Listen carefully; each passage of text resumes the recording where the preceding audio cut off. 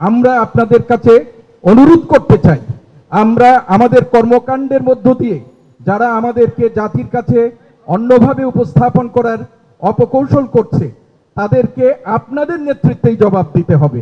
এবং আন্দোলনের প্রত্যেকটা আন্দোলনের একটা নিজস্ব চরিত্র থাকে। আমাদের বক্তব্যের মধ্য দিয়েও আমরা শুধুমাত্র আমলাতন্ত্র এটি করেছে এবং আমলাতন্ত্রের উপর দিয়েই এই দায় চাপিয়ে দিয়ে সামগ্রিকভাবে যদি আমরা আমাদের বক্তব্য ক্রমাগতভাবে উপস্থাপন করতে থাকি তাহলে আমাদের কাঙ্ক্ষিত লক্ষ্যে উপস্থাপিত হতে পারবো কিনা সেই ব্যাপারেও আমাদের সন্দেহ আছে। আমি আপনাদের ছাত্রদেরকে জিম্মি করে আপনাদের ব্যক্তি স্বার্থ হাসিল করার অপচেষ্টা করছেন। আমি সুস্পষ্টভাবে তাদের বক্তব্যের তীব্র প্রতিবাদ জানিয়েছি। আমরা শিক্ষক, আমরা আমাদের শিক্ষার্থীদের পিতৃতুল্য, আমরা তাদের ভালো এবং তাদের কি করে মানে তাদের আগামী ভবিষ্যৎ নির্মাণ এখান থেকে। সুতরাং আমি চাই এখানে উচ্চ বেতনে উচ্চ মেধা সম্পন্ন সবাই চলে আসুক, এই আমার দাবি। নমস্কার। আমি তো ধরো প্রায় 45-এর প্লাস মাস্টার ইয়ার প্লাস, তো তারপরে এই অবস্থায় আসা এটা কাঙ্ক্ষিত না, দেশের জন্য না। দেশে আমি বুঝতে পারতেছি না যে এটা কেন এত সময় নিচ্ছে।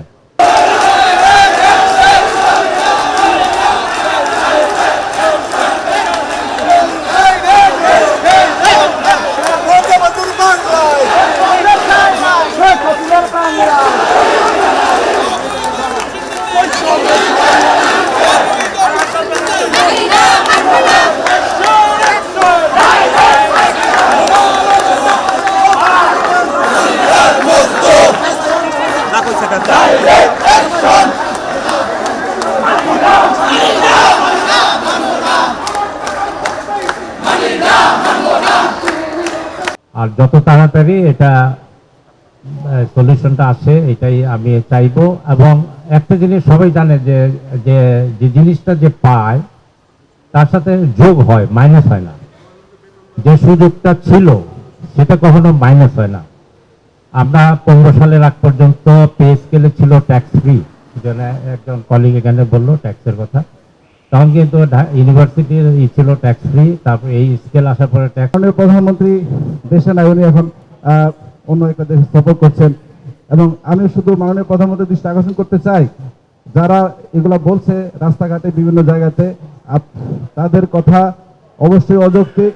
এবং ঢাকা বিশ্ববিদ্যালয় যখন নামে, আমরা কিন্তু এখানে আমাদের বারবার গত কয়েকদিন ধরে বলে আসছি, ওনারা আমাদেরকে পরিপত্র দিয়ে বোঝাতে চাচ্ছেন যে আমরা কেন আন্দোলন করছি। আমরা তো আন্দোলন আমাদের জন্য করছি না, আমরা আন্দোলন করছি পুরা বাংলাদেশের জন্য। কিভাবে বাংলাদেশের জন্য? কারণ বাংলাদেশের শিক্ষাঙ্গন, বিশেষ করে পাবলিক বিশ্ববিদ্যালয়ের শিক্ষা, যদি শিক্ষার কোয়ালিটি যদি উন্নত না থাকে তাহলে বাংলাদেশের ভবিষ্যৎ কি হবে সেটা আপনারা সবাই জানেন। যেখানে স্মার্ট বাংলাদেশের স্বপ্ন আমরা বাস্তবায়ন করতে চাই, সেখানে শিক্ষাঙ্গন যদি ভালো না থাকে, উচ্চ গবেষণার জন্য উচ্চ শিক্ষা যদি ঠিকমতো আমরা স্পন্সর না করি, উচ্চ শিক্ষাঙ্গনে যদি মেধাবীরা না আসেন, এই দেশের ভবিষ্যৎ কখনোই ভালো হবে না। সেই জন্য আমাদের আন্দোলন কিন্তু আমাদের বেতন বাড়ানোর জন্য না। আমি আবারও সংশ্লিষ্ট কর্তৃপক্ষের দৃষ্টি আকর্ষণ করছি।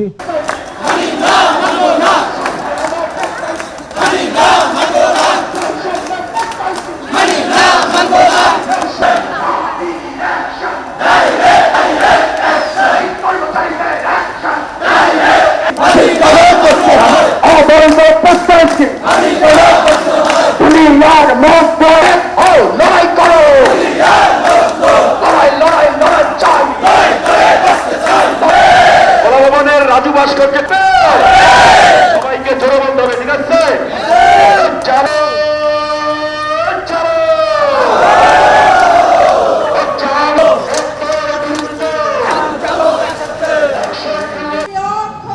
আমাদের আন্দোলন সফলতার দিকে আছে। আজকের দীর্ঘ 9 দিনের এই আন্দোলনের মধ্য দিয়ে আমি যেভাবে আন্দোলনটিকে দেখি, অনেক বিষয় জাতি একটি ঐক্যমতে বুঝতে পেরেছে। যদি আমি নাম্বার 1 বলি যে শিক্ষকদের, বাংলাদেশের শিক্ষকরা কেমন আছে, বিশ্ববিদ্যালয়ের শিক্ষকরা কেমন আছে, এটি আজকে গোটা জাতি অনুভব করছে। এবং আমরা দেখছি যে সকলেই শিক্ষকদের জন্য একটি স্বতন্ত্র উচ্চতর বেতন কাঠামোতে দেওয়া প্রয়োজন, এটি আজকের সার্বজনীন দাবিতে পরিণত হয়েছে। যারা আজকের এই প্রত্যয় স্কেলের পক্ষে কথা বলছেন, যারা প্রত্যয় স্কিম প্রবর্তন করেছেন, এমনকি তারাও, আমি গণমাধ্যমের নানা চ্যানেলেই টকশোতে দেখেছি, তারাও কিন্তু কথা বলছেন যে না, শিক্ষকদের জন্য উচ্চতর এবং স্বতন্ত্র বেতন স্কেল প্রয়োজন। তাহলে এই দাবি আজকের জাতীয় দাবিতে পরিণত হয়েছে। দ্বিতীয়ত, আমরা যে প্রত্যয় যে স্কিম প্রত্যাহারের কথা বলেছি, আমরা নিজেরাও কিন্তু প্রথম এর যে অ্যাডভান্স দিকগুলো অনেকটাই আমরা বুঝতে পারিনি।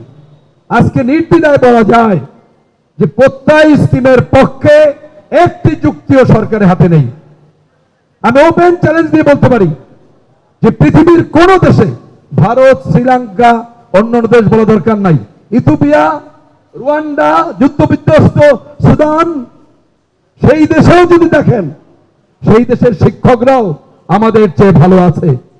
সেই দেশেও শিক্ষকদের, বিশ্ববিদ্যালয় শিক্ষকদের নিরাপত্তা, সামাজিক নিরাপত্তা, সম্মানকে এই ধরনের কোনো কিছু দিয়ে ভালনারেবল করা হয় নাই। এবং মিডিয়াতে যারা এই যুক্তি দেওয়ার চেষ্টা করেছেন, কেউ মুখপাত্র হিসাবে, সবাই কিন্তু পলায়ন করেছেন। তারা একেবারে লেজ গুটিয়ে পালিয়ে গেছে। একটা লোকও নেই যে আজকের এর পক্ষে করে যুক্তি দিতে পারে। আর একটি বিষয় স্পষ্ট হয়েছে, অনেক মিডিয়াতেই আমি সাংবাদিক বন্ধুদের, অন্যান্যদের বলতে শুনেছি, আইনজীবী সকলেই, যে আজকে যে শিক্ষকরা যে আন্দোলন করছে, এটা কোনো সেলফিশ আন্দোলন নয়। এটা শিক্ষক তার নিজের বেতন বাড়াবার আন্দোলন নয়। এটি প্রজন্ম, আগামী প্রজন্মের যারা শিক্ষার্থী, আমাদের আগামী প্রজন্মে যারা শিক্ষক হবে, অথবা এই উচ্চ শিক্ষা, বাংলাদেশের শিক্ষা ব্যবস্থাকে রক্ষা করার আন্দোলন। সুতরাং এটি একটি মহৎ আন্দোলন। আর যারা এটি করেছেন, সরকারে যারা আছেন, তাদেরও কিন্তু অবস্থার পরিবর্তন হয়েছে। এতদিন আমাদের সেই নেতারা বলেছেন পর্যবেক্ষণ, আমরা এখানে গত পরশু বলেছিলাম দয়া করে আর পর্যবেক্ষণ করে সময় নষ্ট করবেন না। আমরা দেখছি গতকাল এই সরকারের সিনিয়র কয়েকজন মন্ত্রী সংশ্লিষ্টরা বৈঠক করেছেন এবং সরকারের মুখপাত্র মাননীয় সড়ক পরিবহন ও সেতু মন্ত্রী জনাব ওবায়দুল কাদের, তিনি এই ঢাকা বিশ্ববিদ্যালয়েরই এক সময়ের কৃতি ছাত্র। তিনি শুধু একজন ছাত্র নেতাই নয়, আমি বলবো রাজনৈতিক অঙ্গনে যারা মেধাবী ছাত্ররা আছে, যারা মেধাবী মানুষ আছে, শিক্ষিত আছে, জনাব ওবায়দুল কাদের তাদের অন্যতম। আজকে তিনি কিন্তু গতকাল একটি কথা বলেছে, যেটা ভুল বোঝাবুঝি, কাছাকাছি আসছে। কাছাকাছি হলো এই, কাছাকাছিটা হলো এই আধুনিক বিশ্বে, এই 21st সেঞ্চুরিতে, এবং আধুনিক মডার্ন লিডার তাকে বলা হয় যারা নিজের ভুলটা বুঝতে পারে, মিস্টেক বুঝবে এবং সেটাকে রিকগনাইজ করে সেটাকে কারেকশন করে এগিয়ে যাবে। যেমন ট্র্যাডিশনালি অগণতান্ত্রিক ব্যবস্থায় গত শতাব্দী নেতৃত্বে ছিল নির্ভুলভাবে কাজ করবে, আজকে কিন্তু তা দেখা হয় না। ওনারা যে ভুল করেছেন, সেই ভুলটা বুঝতে পেরেছেন যে এই যে প্রত্যয় স্কিম ঘোষণা করা হয়েছে সেটি একটা মিস্টেক, কিন্তু সরাসরি উনি এখন পর্যন্ত সেই জায়গায় যেতে পারেননি। এটা হলো একটু দন্যতা, বসে ভুল বুঝাবুঝি, একটু কাছাকাছি গিয়েছেন। আমাদের সেই কৃতি ছাত্র, কৃতি নেতা, আপনি অত্যন্ত মেধাবী একজন নেতা মানুষ, নির্দ্বিধায় আপনি ভুলটি স্বীকার করে ওই বোঝাবুঝির জায়গায়, ভুলের জায়গায় থেকে, মিস্টেক থেকে সংশোধন করে অবিলম্বে ওই আমাদের যে পেনশন ব্যবস্থা সেটি ফিরিয়ে দিন, প্রত্যাহার করুন। বরং শিক্ষকদের ডেকে কথা বলুন যে শিক্ষকদের জন্য আর কি কি করা যায়, বাংলাদেশকে স্মার্ট বাংলাদেশ, বাংলাদেশের উন্নয়ন অগ্রগতিকে এগিয়ে নেওয়ার জন্য কি কি পদক্ষেপ নেওয়া যায়, সেটাই তো আপনাদের কাছে আমাদের প্রত্যাশা। আপনার মতো একজন মডার্ন শিক্ষিত মাননীয় প্রধানমন্ত্রী, দেশরত্ন শেখ হাসিনা শুধু একজন রাষ্ট্রনায়কই নয়, বাংলাদেশের একজন নেতা নয়, আন্তর্জাতিকভাবে একজন সফল আধুনিক রাষ্ট্রনায়ক, তারই আপনারা অংশ। সুতরাং এই দেশকে কিভাবে এগিয়ে নিয়ে যাওয়া যায়, আশা করি অবিলম্বে তাদের এই ভুল বুঝতে পেরে ওই বুঝাবুঝি থেকে ভুল স্বীকার করে আপনার দাবি মেনে নিন এবং আমাদেরকে আমাদের কাজে।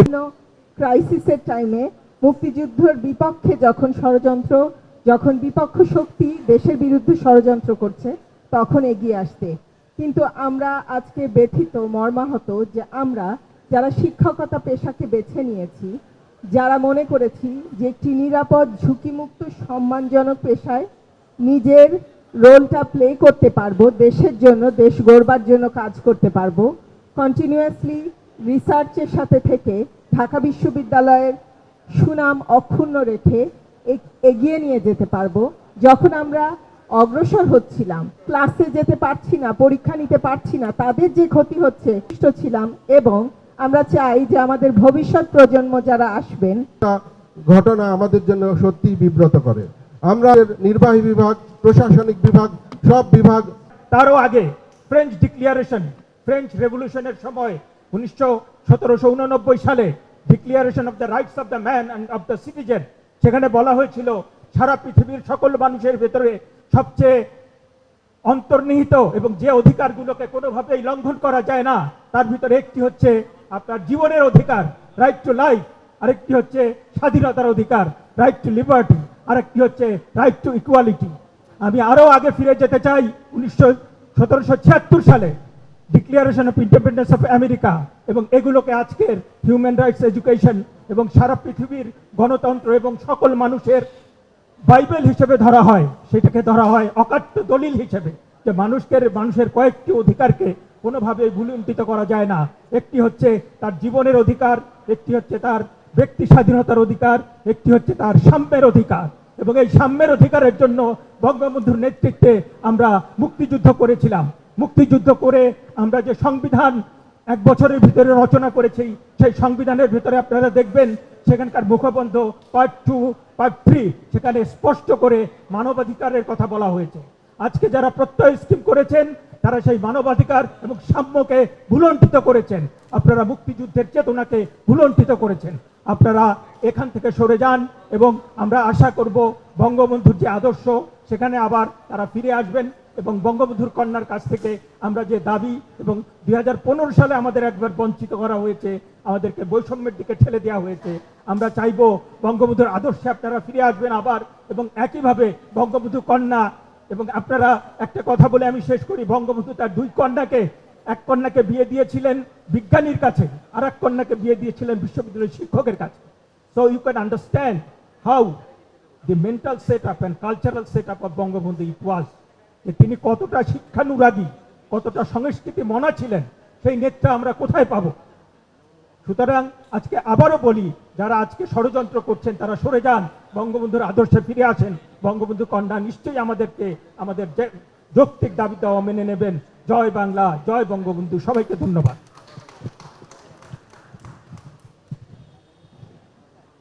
বলার চেষ্টা করছেন যে বিশ্ববিদ্যালয় শিক্ষকরা তো অন্য সময় মাঠে নামেন না, তারা বলার চেষ্টা করছেন শিক্ষকরা শুধু তাদের স্বার্থে মাঠে নামেন।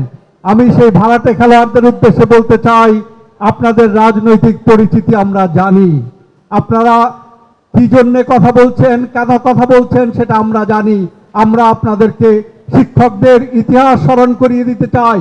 আপনারা হয়তো শিক্ষকদের ইতিহাস জানেন না। শিক্ষকরা কোন আন্দোলনে সামনের দিকে ছিল না, কোন গণতন্ত্র রক্ষার আন্দোলনে শিক্ষকরা ছিল না। সেই 111 থেকে শুরু করে বাংলাদেশের মহান মুক্তিযুদ্ধ, 6 দফা, 69-এর গণ আন্দোলন, 90-এর গণ আন্দোলন থেকে শুরু করে কোন আন্দোলনে শিক্ষকরা ছিল না? শিক্ষকরা মাঠে নামে কখন? যখন মুক্তিযুদ্ধের আদর্শ ভুলণ্ঠিত হয়, যখন গণমানুষের স্বার্থ ভুলণ্ঠিত হয়। শিক্ষকরা প্রগতির পথে থাকে, শিক্ষকরা উন্নয়নের সাথে থাকে। এই ইনিয়ে বিনিয়ে কথা বলে শিক্ষকদেরকে সমাজে হেয় করার চেষ্টা করবেন না, কোনো কিছুতেই আমাদেরকে টলাতে পারবেন না। আমরা ঐক্যবদ্ধ। কেন ঐক্যবদ্ধ? বারবার বলা হয়েছে এই আন্দোলন আমরা যারা করছি আমাদের স্বার্থে নয়, এই আন্দোলন পরবর্তী প্রজন্মের স্বার্থে। তাই যে আন্দোলন পরবর্তী প্রজন্মের স্বার্থে, সেই আন্দোলন করার কারণে আপনি আমাকে স্বার্থান্বেষী বলতে পারবেন না। আমি উচ্চশিক্ষা সুরক্ষণের জন্য আমরা আন্দোলন করছি, আমরা বাংলাদেশের শিক্ষা ব্যবস্থাকে সংরক্ষণের জন্য আমরা আন্দোলন করছি। আমরা আন্দোলন করছি বাংলাদেশে যে প্রগতির পথে যাচ্ছে, যে স্মার্ট বাংলাদেশ গড়ে তোলার যে প্রচেষ্টা হচ্ছে, সেই প্রচেষ্টাকে শক্তিশালী করার লক্ষ্যে। সেই প্রচেষ্টায় যারা বাধা দিচ্ছে তাদেরকে চিহ্নিত করার জন্যই আমাদের আন্দোলন। এই আন্দোলন চলতে থাকবে যতক্ষণ পর্যন্ত আমাদের দাবি পূরণ না হবে। এই কয়েকটি কথা বলে আপনারা যারা এখানে উপস্থিত হয়েছেন আপনাদের সবাইকে সংগ্রামী অভিনন্দন জানিয়ে শেষ করছি। আপনারা সবাই ভালো থাকবেন, সুস্থ থাকবেন। জয় বাংলা, জয় বঙ্গবন্ধু। ধন্যবাদ। এখন বলা হচ্ছে কিছু ভুল বোঝাবুঝি, আলোচনা না হলে ভুল বোঝাবুঝি দূর হয় না।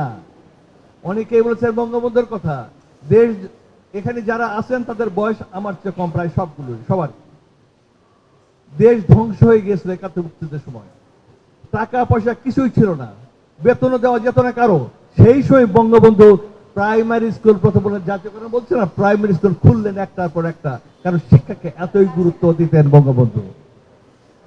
আজ বঙ্গবন্ধুর সুযোগ্য কন্যা জননেত্রী শেখ হাসিনা প্রধানমন্ত্রীর দায়িত্বে আছেন। উনি এখন দলীয় নেতা থেকে জাতীয় নেতাতে পরিণত হয়েছেন। কিন্তু কতগুলো বিষয় লক্ষ্য করা যায়, শিক্ষকদের ব্যাপারে উনি যখন কোনো কিছু কথা বলেন ডিরেক্ট ইনডাইরেক্ট সেটা পালন হয় না। উনি বললেন যারা বেতনভোগী নয় তাদেরকে এই কোন একটা স্কিমের আওতায় আনা হবে, পেনশন আওতায় নিয়ে আসা হবে। আমাদের কথা বলা হয়নি, সেটা করলেন কেউ। উনি বলেছেন শিক্ষকদের সুপার গ্রেড দেওয়া হবে, সেটা করলেন না কেউ। তারপরে উনি যেটা বলেন শিক্ষক সম্পর্কে সেটা হবে না, যেটা করতে চান না সেটা হচ্ছে। দুঃখজনক, আজ খুব কষ্ট হয়, ইউনিভার্সিটি সবগুলো বন্ধ হয়েছে, কেউ আলোচনা করছে না। সাংবাদিক বৃন্দ যারা আছেন আমার সামনে, টেলিফোন করেন প্রতিদিন, এখন আর বেশি প্রশ্ন থাকে না। কেউ কি আপনাদের সঙ্গে যোগাযোগ করেছে? আমার স্পষ্ট উত্তর, না, কেউ যোগাযোগ করেনি, কেউ আলোচনার জন্য এগিয়ে আসেনি। তার মানে কি এই পেশাকে অগুরুত্বপূর্ণ মনে করা হচ্ছে? ভেরি স্যাড জাতির জন্য এটা। এখানে কিছুদিন হলো আমি শুনতে পাচ্ছি বিভিন্ন আমাদের যারা আছেন নেতৃবৃন্দ, তাদের সম্পর্কে তাদের চরিত্র হননের চেষ্টা, তাদের রাজনৈতিক পরিচয়, এটা ওটা পরিচয় আমি খোঁজ নিতে যাইনি। এখানে বলেছি বাংলাদেশের সব শিক্ষক, সব ইউনিভার্সিটি শিক্ষক এই আন্দোলনে আছে, কেউ এর ব্যতিক্রম না। কিছু কিছু বলার চেষ্টা করেছে। আমাদের ফেডারেশনের মিটিংয়ে সেখানে উপস্থিত থাকেন সারা বাংলাদেশের সব বিশ্ববিদ্যালয়ের সহযোগী জেনারেল সেক্রেটারি। সেখানে আমরা আলোচনা করি, ঝগড়া করে, তর্ক বিতর্ক করে আমরা সিদ্ধান্ত নেই। সেই মিটিংয়ে যদি ঝগড়াঝাটি যে ছোটখাটো হয় সেটা নিয়ে আবার জিজ্ঞাসা করা হয় যে আপনাদের মধ্যে কোনো বিভক্তি আছে কিনা। ভেরি সরি, আমরা সিদ্ধান্ত নেই গণতান্ত্রিক ভাবে, সেখানে আলোচনা হয় এবং বহু মত থাকে। প্লিজ সেই মতে আমরা যে সিদ্ধান্ত দেই, এমন কেউ আছে বলতে পারবেন আমরা যে সিদ্ধান্ত দেই সেই সিদ্ধান্ত পালন না করে কেউ নিজের সিদ্ধান্ত পালন করে? তাহলে কেন সাংবাদিক হিসেবে আপনাদের এই দায়িত্ব আছে যে ভিতরের কথা আপনারা যদি জেনেও থাকেন জানবেন। সব গণতান্ত্রিক প্রতিষ্ঠানে এই আলোচনা হয়, ঝগড়াঝাটি হয়, তর্ক বিতর্ক হয়, তারপর সেটা কিন্তু পত্রিকাতে আসা উচিত না, জিজ্ঞাসা করা উচিত না।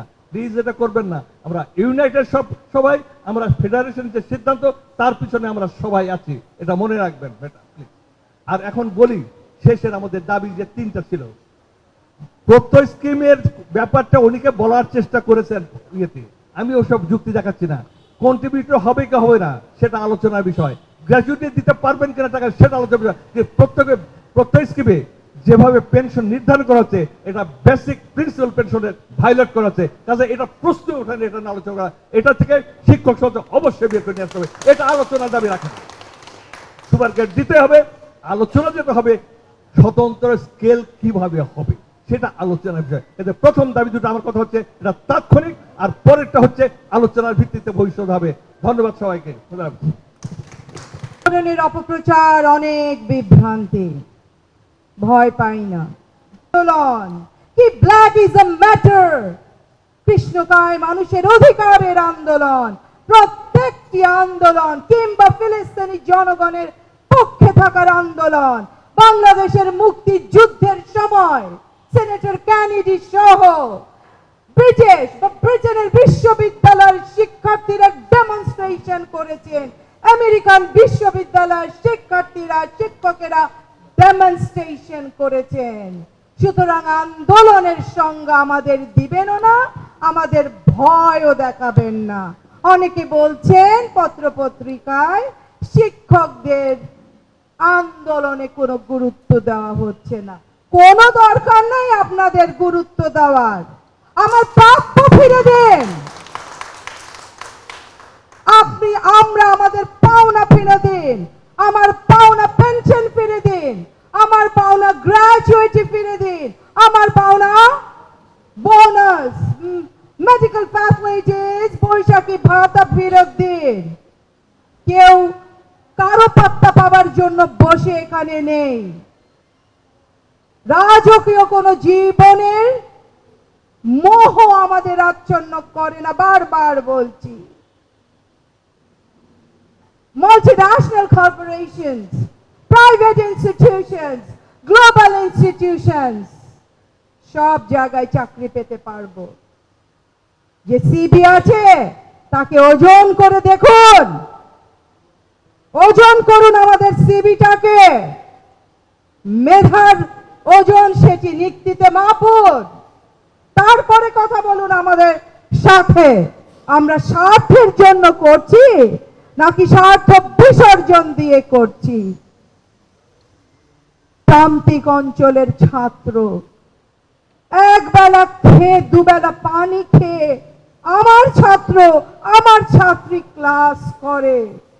রোকে হলে প্রভোস্ট ছিলাম, শিক্ষা আমি স্টুডেন্ট অ্যাডভাইজার ছিলাম।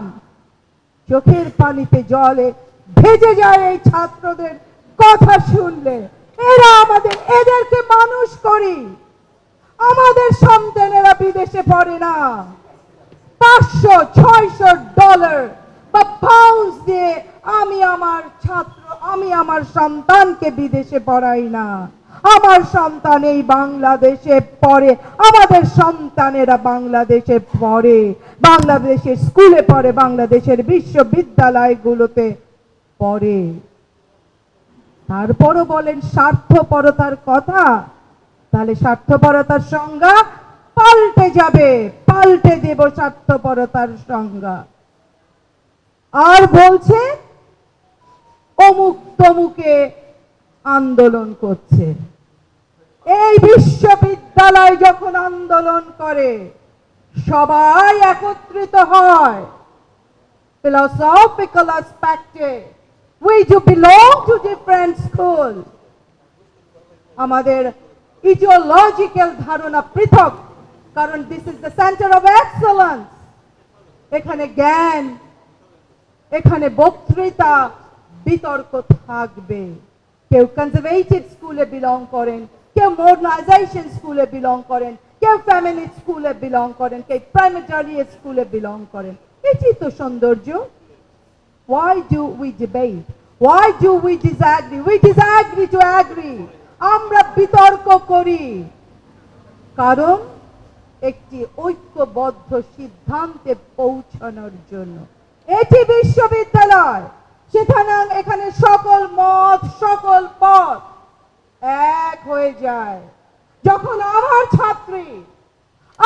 ছাত্র আক্রান্ত হয় তখন নারী পুরুষ ধর্ম বর্ণ আদর্শ সমস্ত এক হয়ে এই অপরাজয় বাংলার পাদদেশে, এই কলা ভবনের পাদদেশে আমরা একত্রিত হই। কারণ বঙ্গবন্ধু আমাদের বলে গিয়েছেন হিন্দু মুসলিম বৌদ্ধ খ্রিস্টান সকলের এই বাংলাদেশ। আন্দোলনের সময় কে জিজ্ঞাসা করে, বিদ্রোহী কবি নজরুল বলেন হিন্দুকে মুসলিম জিজ্ঞাসে কোন জন আজ, কে জিজ্ঞাসা করে? তারাই আন্দোলনকে বিভ্রান্ত করতে চায়। এই আন্দোলন আমরা বিভ্রান্ত হতে দিব না, কারণ এই আন্দোলন সর্বসম্মতভাবে শিক্ষক সমিতির মিটিংয়ে আমি ম্যান্ডেট কথাটা ব্যবহার করেছিলাম। বিপুল সমর্থন নিয়ে 2 হাত উঁচু করে আমি ম্যান্ডেট নিয়ে সকলের ম্যান্ডেট নিয়ে আন্দোলন চালাচ্ছি, অন্যান্য বিশ্ববিদ্যালয়গুলো চালাচ্ছে। সুতরাং কোন বিভাজন এখানে নেই। যত রাজনৈতিক বিভাজনের চেষ্টা করেন, যত চরিত্র হননের চেষ্টা করেন, যত হুমকি দামকি দেওয়ার চেষ্টা করেন, চরিত্র নিয়ে কথা বলতে চাই না। যা চারিত্রিক অধপতনের যে অবস্থা, সেখানে বিশ্ববিদ্যালয় শিক্ষকরা এই সমাজে দাঁড়িয়েও আজ মানবাধিকার, আজও মানবিকতার জয়গান গায়, আজও সাম্যের জয়গান গায়, নারীর অধিকারের জন্য আন্দোলন করি, সবার বেঁচে থাকার মানুষের জন্য আন্দোলন করি। এই বিশ্ববিদ্যালয়কে টিকিয়ে রাখতে হবে, সকল বিশ্ববিদ্যালয়কে টিকিয়ে রাখতে হবে। ষড়যন্ত্র করে যারা বাংলাদেশকে অকার্যকর করতে চান, বিশ্ববিদ্যালয়কে অকার্যকর করতে চান, সেটি কোনদিন এই বিশ্ববিদ্যালয়ের শিক্ষকরা যতদিন আছেন হবে না, হবে না, হবে না। সুতরাং একটি যৌক্তিক দাবি, একটি সমতার দাবি, একটি ন্যায়ের দাবি, সেই দাবিতে অটল। প্রশ্ন করছেন কতদিন আন্দোলন চালাবেন? যতদিন আপনারা আমাদের সাথে না বসবেন। আপনারা কতদিন 40টি বিশ্ববিদ্যালয়ে অচল অবস্থা দেখতে চান? আপনারা কতদিন হাজার হাজার ছাত্রের ভবিষ্যৎকে অনিশ্চিত রাখতে চান? আপনারা কতদিন কোর্স বন্ধ রাখতে চান? তার উপর নির্ভর করবে আমাদের এই যৌক্তিক আন্দোলন। আমরা কাউকে জিম্মি করিনি। প্রতিদিন আমি এই প্রশ্নের উত্তর দিচ্ছি। ঢাকা বিশ্ববিদ্যালয় শিক্ষক সমিতি, অন্যান্য শিক্ষক সমাজ, আমরা কাউকে জিম্মি করিনি। আপনারা আমাদের জিম্মি করেছেন। বৈষম্যমূলক প্রত্যয় স্কিমের বেড়া জালে আজকে আপনারা আমাদের জিম্মি করেছেন। 2015 থেকে 2024 9টি বছর সুপার গেট তো দেন নাই, কথা তো বলি নাই, কথা বলেছিলাম, তাহলে দিলেন না কেন? 9 বছর তো চুপ করে দেখেছি, ভেবেছি 9 বছরের ভেতরে দিবেন। অপেক্ষার প্রহর শেষ। সুতরাং আজকে আমাদের রাস্তায় নামতেই হয়েছে। যত কিছু যুক্তি দেন অপযুক্তি, যত কথা বলেন মিথ্যাচার। পেনশন কর্তৃপক্ষ অনেক ফর্মুলা নিয়ে এসেছিলেন, কথা বন্ধ হয়ে গেছে। অর্থমন্ত্রী অনেক কিছু বলেছিলেন, কথা বন্ধ হয়ে গেছে। সুতরাং মিথ্যাচার করে এই আন্দোলনকে, চরিত্র হরণ করে এই আন্দোলনকে, যেটি শফিউল আলম বলেছেন, কিছু কিছু ছিদ্রান্বেষী মানুষকে ঢুকিয়ে দিয়ে এই আন্দোলনকে কেউ বিভ্রান্ত করতে পারবে না। পৃথিবীর ইতিহাস যা আমাদের চলার পথের পথেও, সেটি দ্বারাই আমরা পরিচালিত হচ্ছি। মাননীয় প্রধানমন্ত্রী, আপনার যে সংগ্রামের ইতিহাস, সেই সংগ্রামের ইতিহাস দিয়েই আমরা পরিচালিত হচ্ছি। -1 ফর্মুলার বিরুদ্ধে এই বিশ্ববিদ্যালয়ের শিক্ষকরা আন্দোলন করেছে। একজন ব্যক্তি মৃত, উনি তৎকালীন তত্ত্বাবধায়ক সরকারের অ্যাডভাইজার ছিলেন, টিএসসিতে এসে বলেছিলেন শিক্ষকদের শিক্ষা দিবেন। ইতিহাস তাকে শিক্ষা দিয়েছে, শিক্ষকদের শিক্ষা দেওয়া যায় না। সুতরাং শিক্ষকরা যৌক্তিক আন্দোলনে আছে। যৌক্তিক আন্দোলন শেষ করে আবারও বলছি, বারবার বলছি, বিজয় হাতেই ফিরব। তা না হলে যতদিন বিজয় আমাদের অর্জিত হবে না, ততদিন এই আন্দোলন, সর্বাত্মক আন্দোলন চলছে, সর্বাত্মক আন্দোলন চলবে। জয় বাংলা, জয় বঙ্গবন্ধু। সমাপ্তি টানবেন। কাজ করছে। আপনারা কোন বিশ্ববিদ্যালয়ে পড়াশোনা করেছেন, কোন কলেজে পড়াশোনা করেছেন, বিভিন্ন প্রতিষ্ঠান থেকে এসেছেন, এবং কি আপনারা শিক্ষকদের মর্যাদা, শিক্ষকদের বেদনাটা বুঝতে পেরেছেন বিদায় আপনারা বহুল প্রচারিত পত্রিকার মাধ্যমে এবং মিডিয়ার মাধ্যমে প্রচার করছেন, সারা জাতি জানছেন। আমাদের শিক্ষক সমিতির সাধারণ সম্পাদক বলেছেন, আরো অন্যান্য বক্তা বলেছেন যে জিম্মির কথা। আসলে জিম্মি শব্দটাই বোধহয় ওনারা বোঝেন না। ওনারা প্যালেস্টাইন, গাজাতে হামাসরা যাদেরকে জিম্মি করেছে, সে জিম্মিটা ওনারা পড়ুক, ওটাই হলো জিম্মি। আমরা দেখেছি অনেক সময় প্লেন হাইজ্যাক করা হয়, তখন বলা হয়েছে এতজনকে আটক করে রাখা হয়েছে, জিম্মির বিষয়ে আলোচনা চলছে, জিম্মিদেরকে মুক্তি দেওয়া হয়েছে। এই যে নেগেটিভ কথাবার্তাগুলো শিক্ষক সম্বন্ধে আপনারা বলেন, আমরা ধিক্কার জানাই, আমরা নিন্দা জানাই। বিশ্ববিদ্যালয়ের শিক্ষক সমিতি ফেডারেশন এবং ঢাকা বিশ্ববিদ্যালয়ের শিক্ষক সমিতি, এই শব্দটি আর আপনারা ব্যবহার করবেন না দয়া করে। আমাদের শিক্ষকরা আজকে অত্যন্ত বেদনা কথা বলেছেন, আমাদের আইআর লিটু বলেছেন শিক্ষকদের কষ্টের কথা, আমাদের আত্মসম্মানের কথা বলেছেন অনেক শিক্ষক। আমাদের মধ্যে বিভাজনের চেষ্টা করা হচ্ছে। আমরা 16,500 শিক্ষক, 40টি বিশ্ববিদ্যালয় ইতিমধ্যে আন্দোলনে এসেছে। আমাদের সবার কাছে এখানে যারা বসে আছেন সবার সাথে সবাই যোগাযোগ করছে। আপনাদের মিডিয়া তো আছে, আমাদের এই যে স্মার্টফোনের ভিতরে আছে, প্রত্যেকটা বিশ্ববিদ্যালয়ের ছবি, প্রত্যেকটা বিশ্ববিদ্যালয়ের তথ্য, আমরা সব তথ্য পাচ্ছি। শিক্ষকরা একসাথে আত্মসম্মানের, আত্মমর্যাদার লড়াই করে যাচ্ছে। জাতির জনক বঙ্গবন্ধু শেখ মুজিবুর রহমান পূর্বে ইঙ্গিত দিয়েছিলেন। আমি অধ্যাপক আব্দুল মান্নান স্যারকে ধন্যবাদ জানাই। আজকে কালের কণ্ঠটি পড়বেন, কালের কণ্ঠে অত্যন্ত সুন্দরভাবে এই আমলাতন্ত্রের বিরুদ্ধে, এই তথাকথিত গোষ্ঠীর বিরুদ্ধে বঙ্গবন্ধু কি বলেছিলেন 1972 সালে। উনি অত্যন্ত সুন্দরভাবে বলেছিলেন, এই সোভিয়েত ইউনিয়ন ধ্বংস করেছে আমলাতন্ত্র, সোভিয়েত ইউনিয়নকে খণ্ড বিখণ্ড করেছে আমলাতন্ত্র। 1974 সালে যে দুর্ভিক্ষ হয়েছিল, কৃত্রিম দুর্ভিক্ষ, বঙ্গবন্ধুর বিরুদ্ধে যে অপপ্রচার করেছিল যারা পাকিস্তানপন্থী আমলাতন্ত্র, এখনো বলেছেন যে আমাদের এই যে যারা নীতি নির্ধারক তাদেরকে ভুল বুঝিয়েই এই আমলাতন্ত্র সবসময় আমাদেরকে বিভ্রান্ত করছেন। এটাই হলো আমলাতন্ত্র। বঙ্গবন্ধু বলছেন, আমি এমন একটি শিক্ষা ব্যবস্থা চালু করব যেখানে আমলাতন্ত্র থাকবে না, যেখানে শিক্ষকরা শিক্ষা দিবে। তো সুতরাং আমরা ক্লিয়ার, আপনারা জনগণরা, আমি আব্দুল মান্নান স্যার উনি উপাচার্য ছিলেন, চট্টগ্রাম বিশ্ববিদ্যালয়ের শিক্ষক সমিতির সভাপতি ছিলেন, বিশ্ববিদ্যালয় মঞ্জুরি কমিশনের সম্মানিত চেয়ারম্যান ছিলেন।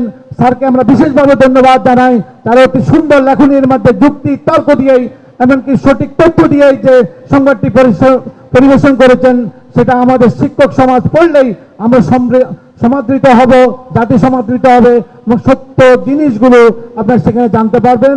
তো সুতরাং আমরা বেশি সময় কালক্ষেপণ করবো না, আমাদের অনেক সময় হয়ে গেছে। আপনারা অনেকক্ষণ ধৈর্য সহকারে আমাদের বক্তব্য শুনেছেন। আমাদের আগামীকালও আমাদের যতক্ষণ পর্যন্ত আমাদের দাবি দাওয়া পূরণ না করা হবে ততক্ষণ পর্যন্ত আমরা সবগুলো বিশ্ববিদ্যালয় একই সাথে আমাদের 3 দফা কর্মসূচি নিয়ে আমরা এগিয়ে যাব। আমাদের এই দাবি পূরণ না হওয়া পর্যন্ত আমাদের এই কর্মসূচি চলবে চলবে চলবে। এই কতগুলো কথা বলেই আজকের অনুষ্ঠানে এখানে সমাপ্তি করছি। জয় বাংলা, জয় বঙ্গবন্ধু।